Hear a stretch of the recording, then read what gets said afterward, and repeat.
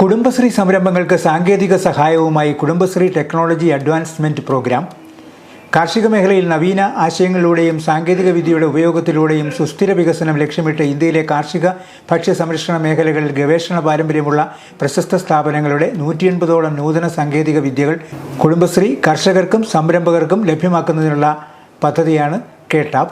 സാങ്കേതിക വിദ്യകൾ പ്രയോജനപ്പെടുത്തി 180 വൈവിധ്യമാർന്ന ഉൽപ്പന്നങ്ങൾ കുടുംബശ്രീ സംരംഭങ്ങൾക്ക് തയ്യാറാക്കാൻ കഴിയും.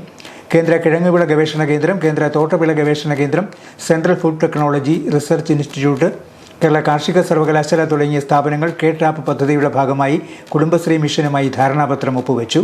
കുടുംബശ്രീ ടെക്നോളജി അഡ്വാൻസ്മെന്റ് പദ്ധതിയുമായി ബന്ധപ്പെട്ട് ചൈതന്യ പാസ്റ്റർ സെന്ററിൽ നടന്ന പരിശീലനത്തിൽ സംരംഭകരും CDS ചെയർപേഴ്സൺമാർ, അഗ്രി CRPമാർ, ബ്ലോക്ക് കോർഡിനേറ്റർമാർ, IFC ഉദ്യോഗസ്ഥർ എന്നിവർ പങ്കെടുത്തു. Kudumbashree farm livelihood state programme officer doctor S. Shanavas സാങ്കേതിക വിദ്യകളും സേവനങ്ങളും സംരംഭകർക്ക് പരിചയപ്പെടുത്തി. കുടുംബശ്രീ ജില്ലാ mission coordinator Abhilash K. Divakar, assistant ജില്ലാ കോർഡിനേറ്റർ പ്രകാശ് B. നായർ, ജില്ലാ പ്രോഗ്രാം മാനേജർ അനൂപ് ചന്ദ്രൻ എന്നിവർ സംസാരിച്ചു.